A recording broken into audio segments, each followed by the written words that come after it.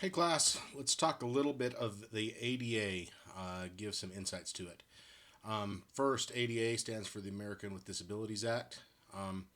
It's got a subsequent one, the ADAA, was made after, but let me just give you a little bit of a overview of the ADA. The elements of the ADA are one, first, you have to have a disability.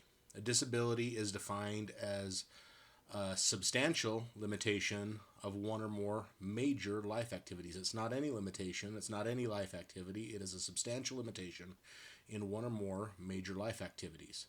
The second step, the second element is if there is a disability, you engage what's called the interactive process. Interactive process means it's a discussion between the parties to try and determine the third element, which is a reasonable accommodation. That's kind of the elements of what you're talking about in the discussions this week is reasonable accommodations. And I'll tell you in just a minute that that's where we spend most of our times in ADA analysis right now is on reasonable accommodations. But you need to find a reasonable accommodation that doesn't cause, what I'm talking the fourth element, an undue hardship on the employer. So first thing on the ADA, substantial limitation, I already told you, that's where we used to spend a lot of our time. Is there a disability on that?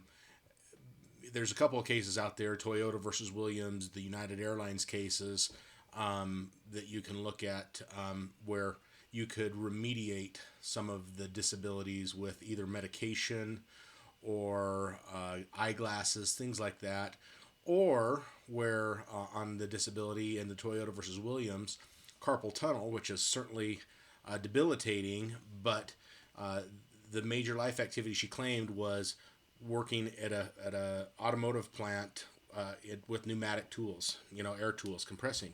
And they said a major life activity is not, most people in the normal run of the day don't work with pneumatic tools, therefore it wasn't a major life activity, therefore she wasn't subject to the American with Disabilities Act because she did not have a qualifying disability. So that got changed, and that's where the ADAA came back in and said, no, these type of things are what the Congress intended to be disabilities, and so it shifted our discussions now as opposed to really litigating the disability, whether there's a disability or not. The pool of disabilities got a lot bigger with the ADAA. And so where we spend most of our time now is a reasonable accommodation. So focus on that.